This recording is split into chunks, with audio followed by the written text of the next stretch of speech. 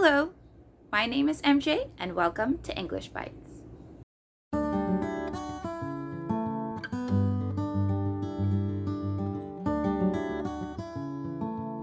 We are on part 3 of our cooking words series. When you're cooking and you're not sure if you're using the right intensity of fire, you can use these phrases. Oh, is this fire too high? Yes, lower the flame a little bit, you might burn the pancakes.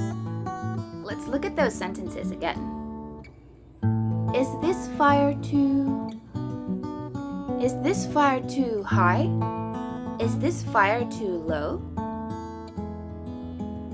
Is this fire too low? Yeah, turn it up a little higher. It will take too long to cook. Let's see those expressions again. Is this fire too high? Is this fire too low? Lower the flame. Turn up the flame.